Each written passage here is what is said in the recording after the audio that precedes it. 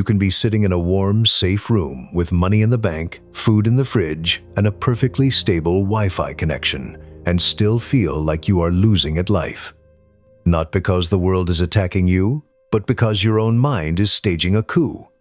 The ancient Stoics knew this territory well. Marcus Aurelius commanded the Roman Empire, yet he wrote privately of his own mental ambushes. Epictetus survived slavery only to discover that the real prison was the mind. Seneca, philosopher and statesman, spoke more often about mastering his thoughts than mastering his enemies. They understood something most people today ignore. The harshest battles are not fought in the Senate, the boardroom, or even the battlefield. They are fought in the silent, relentless arena of your own head. Here, the enemy is not a rival army, but the endless procession of fears, resentments, and petty grievances that demand your obedience. This is not a video for those who want to feel better in the next 5 minutes. It is for those who are tired of playing host to every poisonous thought that drifts through. It is for those who suspect their mental suffering is not inevitable, but engineered, rehearsed, and maintained by bad mental habits. The Stoics left us 7 laws for ending this quiet civil war. They are not gentle suggestions. They are strategic doctrines forged in times of war, exile, and political betrayal. Follow them, and you stop being the prisoner of your thoughts. Break them, and you'll keep building the cell yourself. Let's begin. Most people mistake whatever passes through their mind for truth. If a thought arrives, I'm useless, they must hate me.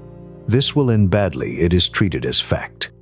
The Stoics considered this one of the most dangerous errors a person can make. Epictetus drew a sharp line between impressions and assent. An impression is what happens in your mind, a spontaneous image, idea, or memory. Assent is what you do with it. The first is automatic. The second is optional. If you fail to see the difference, your identity is hijacked by whatever mental weather happens to roll in. Today you are anxious. Tomorrow you are overconfident. Next week, you are resentful. You become the clouds instead of the sky. The Stoic position is clear. You are not the contents of your mind. You are the capacity that observes them. A thought is like a bird landing on your windowsill. You can watch it, note its colors, even write about it. But you do not have to invite it in to nest, breed, and leave droppings all over your living room. One practical method is borrowed from cognitive therapy itself, heavily influenced by Stoic philosophy. Write down the thought in exact words and interrogate it as if it were a dubious witness in court. Is it 100% true? What is the evidence for and against? Will this matter in a year? What would Marcus Aurelius, who spent his evenings analyzing his own mental errors, make of it? Another is to label thoughts instead of owning them. Replace "I am a failure" with "I am having a thought about failure." That single shift in language creates distance, and distance is power.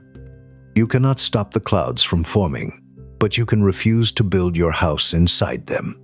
Most mental suffering is not caused by events themselves, but by the mind's refusal to accept them. Something happens. A job is lost. A relationship ends. A plan collapses. Instead of adjusting, we dig in. This should not have happened. It was not meant to be this way. We replay it like a bad recording, expecting the ending to change. The Stoics saw this as a form of madness. Seneca put it bluntly, "Fate leads the willing and drags the unwilling." Epictetus advised wanting events to happen exactly as they do, not because misfortune is enjoyable, but because fighting the past is as pointless as arguing with the weather. Acceptance in the Stoic sense is not passive resignation. It is a clear-eyed recognition that the event is now part of reality, whether you approve or not. This frees you to move from "why me" to "what next?" Consider the Roman general who loses a battle. He can waste days raging against the unfairness of it, or he can assess the damage, reorganize his troops, and prepare for the next encounter. The latter survives. The former makes a career of dying on the same hill. In modern life, resistance often takes the form of mental time travel. If only I had said that. If only they had stayed. None of these thoughts change the outcome. They only extend its sentence. A useful line to remember is, "It happened, now what?" Say it out loud if necessary. That phrase flips the lever from victimhood to authorship. The Stoic practice of amor fati, love of fate, is not romantic optimism. It is the recognition that every event, however unwelcome, contains material for strength, skill, and perspective.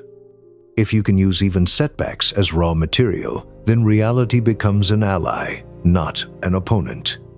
Stop wrestling with what already is. You will never win, and the match will exhaust you. The first emotion is often the most dangerous. It arrives quickly, loudly, and with absolute conviction. Anger, fear, jealousy, or shame appear in an instant, and most people treat that initial surge as proof that it must be right. The Stoics warned against this. The first feeling is a reflex, not a verdict. Marcus Aurelius advised keeping an untroubled spirit and then looking at events for what they truly are. The man who ruled the Roman Empire understood that the initial wave of emotion is rarely the one to trust. Think of emotions like waves at the shore. The first one crashes with the most noise, but if you wait, the water settles and you can see the seabed clearly. The person who acts at the height of the wave often makes choices they regret. Consider a simple example. Your message is ignored by a friend. The first thought might be, "They do not care about me." Hours later, you discover they were ill, or distracted, or caught up in their own problems. If you had acted on the first emotion, you might have damaged the relationship for no reason. The discipline is to pause, name the emotion, and delay action. I am feeling anger, but that does not mean I am right. I am feeling fear, but that does not mean I am in danger. This naming creates space between the feeling and your response. The Stoics also taught the exercise called the view from above. Imagine rising above the situation and seeing it as part of a vast landscape. From this distance, most problems shrink to their true size. Remember, emotions are signals. They are not orders. Treat them with the same caution you would a stranger knocking at your door in the middle of the night. Most events are neutral until the mind gives them meaning. You lose a client, you miss a train, or you receive a short reply from your manager. These are facts. What causes the emotional storm is the story that follows. They must think I am incompetent. This always happens to me. I will never get another chance. Marcus Aurelius wrote that it is not the external thing itself that disturbs you, but your opinion about it. That opinion can be revised at any time. In practice, this means separating the raw data from the narrative. Write down exactly what happened in the plainest terms possible. Then write the story you are telling yourself about it. Challenge that story as you would cross-examine a biased witness. Is it supported by evidence? Is there another explanation? Would an impartial observer see it differently? We live in a world where the same set of facts can be spun into wildly different versions of reality. The same is true inside your own head. One version leaves you powerless. The other allows you to learn, adjust, and move forward. Seneca often reminded his students that they could not control external events, but they could control the frame through which those events were seen. This was not self-deception. It was the deliberate choice to remove unnecessary suffering from the facts of life. You are the editor of your own mental publication. If you allow false or exaggerated stories to go to print, you will live inside them.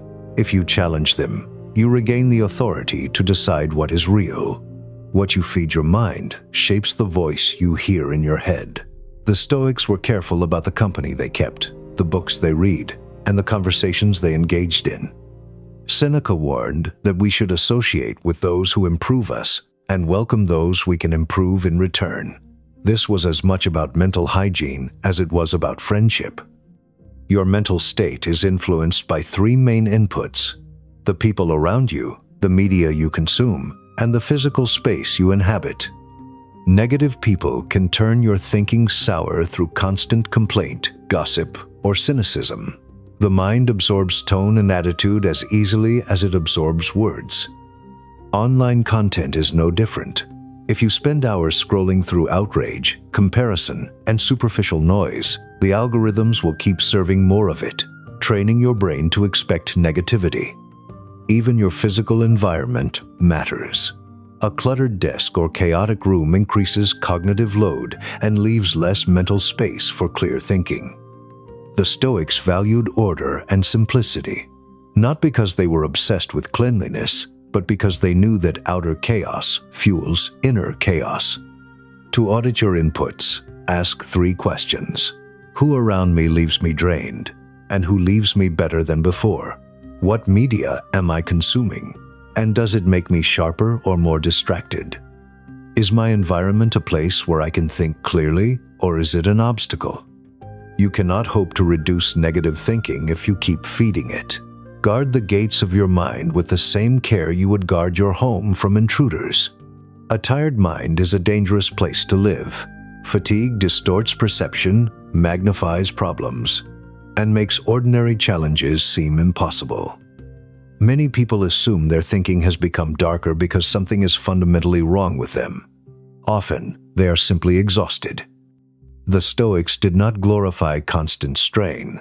They understood that reason requires energy, and energy must be preserved.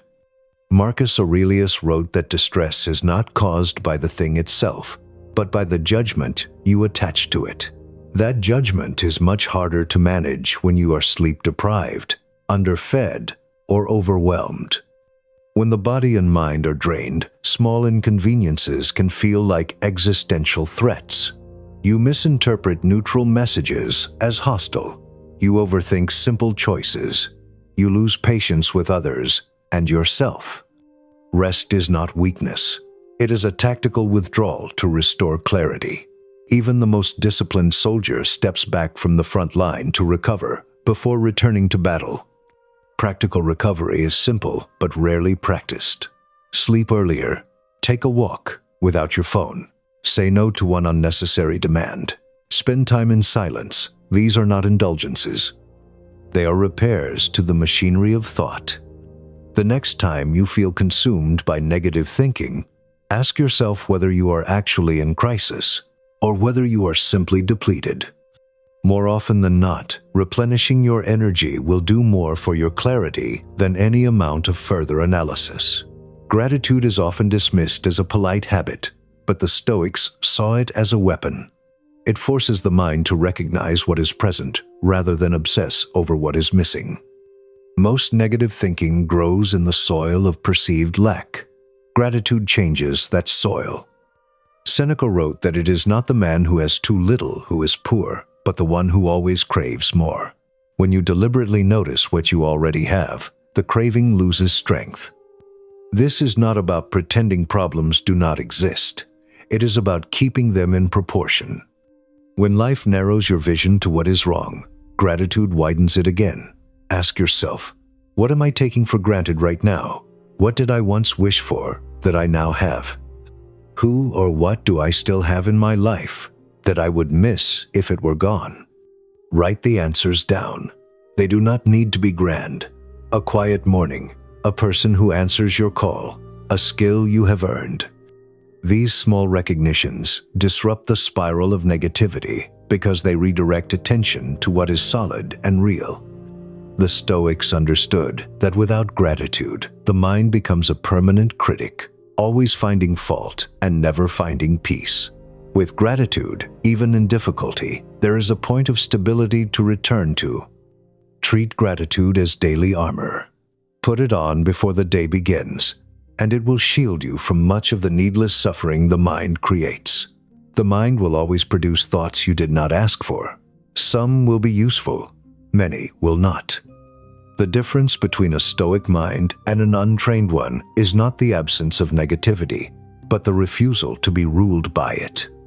The 7 laws are not quick remedies. They are disciplines to be practiced every day until they become instinct. Observe your thoughts without becoming them. Accept reality so you can act within it. Delay judgment until the first wave of emotion has passed. Edit the story so it matches the facts. Protect your mind from harmful inputs. Rest when you are depleted. Put on the armor of gratitude. Marcus Aurelius faced betrayal, loss, and the pressures of ruling an empire. Epictetus endured slavery and hardship.